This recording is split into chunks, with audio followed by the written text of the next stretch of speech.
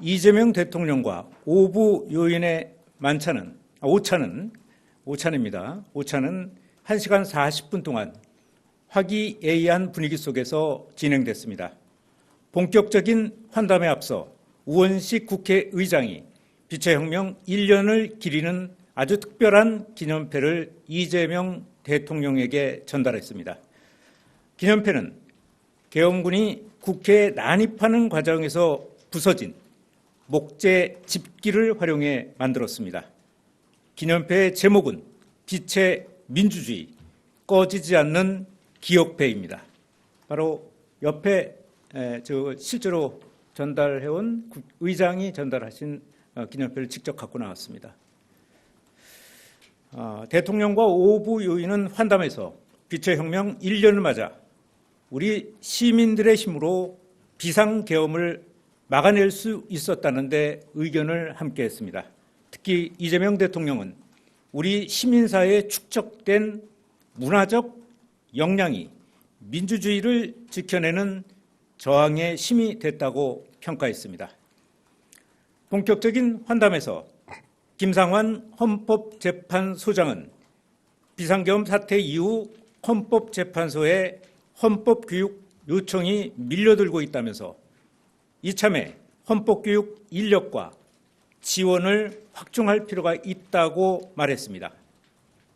노태학 중앙선거관리위원장은 비상계엄에 단초가 된 부정선거론을 극복하기 위해 선거교육을 강화해야 한다고 말했습니다.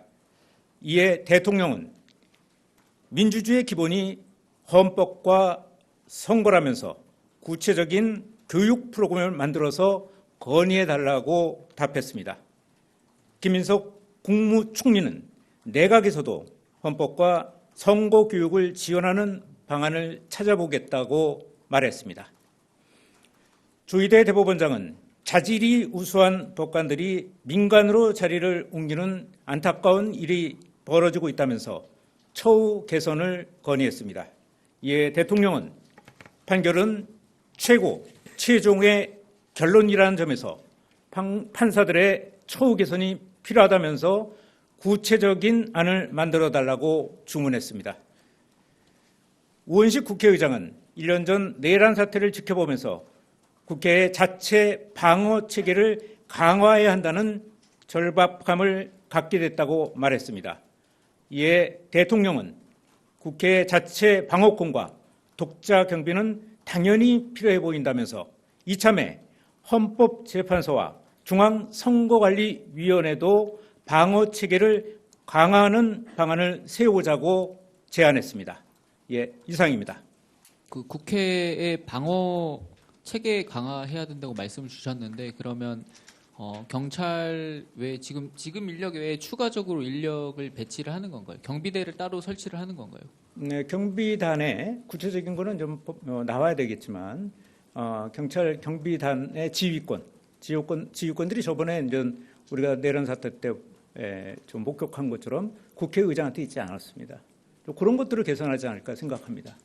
오늘 그 대통령실에서 김남국 비서관님 관련해서 그 경고 엄중 조치를 했잖아요.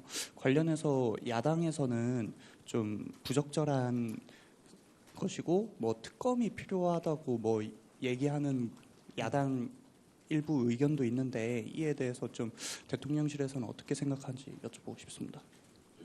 네, 야당 발언에 대해서 여기서 이제 바로 대응을 하고 구체적으로 코멘트하는 것은 부적절하다고 생각합니다. 노태학 중앙선관위원장이 선거교육 강화를 말씀하셨다고 하셨는데요. 그 부정선거론을 사실상 이렇게 잠재우기 위한 교육으로 보이는데 어떤 교육들을 좀 예시로 든 게 혹시 있으셨는지 궁금합니다. 예시는 없었고 부정선거론들을 좀 많이 퍼져 있는 어떤 부정선거론들을 잠재우기 위해서 아까 말씀인 것처럼 이제 먼저 헌법개혁 얘기가 나왔고 그래서 선거 교육도 이참에 좀 더 강화를 해야 된다 이런 얘기를 하셨고 거기에 대해서 거기에 오늘 모이신 분들 거의 대부분이 다 거기 동의를 했습니다. 헌법교육하고 선거교육은 강화된다. 이 5분 모두가 다 공감을 표시했습니다.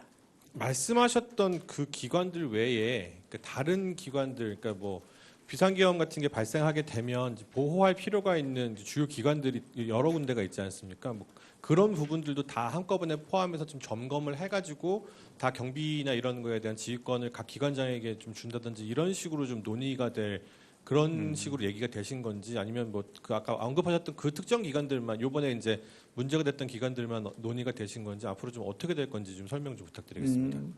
오늘 그 논의가 돼서 5부 요인들이죠. 거기에서 국회의장이 있고 국회가 있고요. 일단 뭐 선관위가 있고 그 다음에 헌재가 있었습니다. 그러니까 그런 분들에 대해서 독립적인 기관들 아닙니까?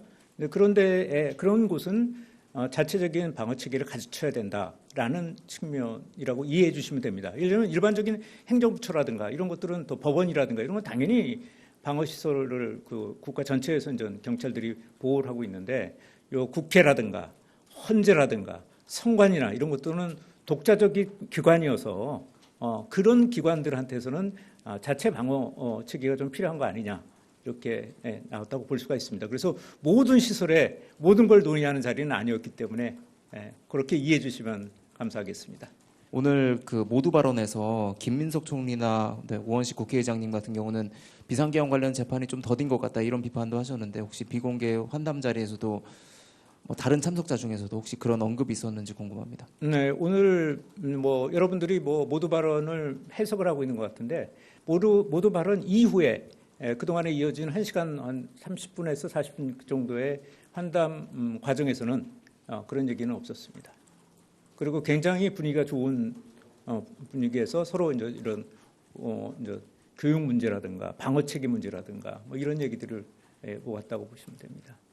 굉장히 생산적인 어떤 환담이었습니다. 대통령께서 모두 말씀에서 오부 요인 분들께 이게 자주 보자고 말씀을 해주셨는데, 3부 요인이든 5부 요인이든 대통령과 어떤 정기적인 회동을 약속한 게 있을지 여쭤보고요. 그리고 분위기가 화기애애했다고 말씀해 주셨는데, 모두 말씀이나 전해진 브리핑에서 말씀해 주신 내용들이 다소 좀 무겁고 진지한 내용들이라 화기애애했던 분위기를 참고할 수 있을 만한 에피소드나 대화 내용이 있다면 좀 말씀 부탁드리겠습니다. 예, 이제 이렇게 환담이 끝날 때쯤에 이석을 달 때쯤에 그래서 국회의장님이 그러면 다음에 할 때는 제가 초청해서 한번 하죠, 이런 얘기를 하셨습니다. 그랬더니 다들 좋다고 그렇게 얘기를 하셨습니다. 그리고 뭐 처음에 시작할 때 대통령께서 중앙선거관리위원회 쪽에 위원장을 향해서 1년 전에 제일 아마 호되게 당하실 분이었던 게 아마 중앙선거관리위원회 위원장 아닌가요? 그렇게 얘기하고 야구 방망이도 등장하고 작두도 등장했다는데, 그러면서 하니까 이제 전부 분위기들이 다 좀 웃는, 서로 좀 웃음을 자아내는 그런 일도 있었습니다. 그래서 전체적으로 굉장히 아주 웃는 얼굴로 또 가볍게 얘기하는, 뭐 교육 얘기, 뭐 방어권 얘기가 나왔다고 딱딱하게 그런 식으로 어떤 얘기가 오는 건 아니고요. 굉장히 아주 부드럽고 이렇게 화기애애하게 진행이 됐습니다. 오늘 모이신 분들이 전부 다 헌정질서 수호 의무를 가진 기관장들이다라는 언급이 있었는데요. 실제로 작년 계엄이 발생했을 때 국회의 계엄 통제권을 강화하는 개헌이 필요하다라는 얘기를 한 적이 있습니다. 그래서 이 부분에 대한 언급들은 없었는지 궁금합니다. 네, 계엄까지 갔으면 굉장히 묵직하고 중요한 어떤 그런 분위기로 흘렀을 텐데 오늘 그런 얘기는 없었습니다.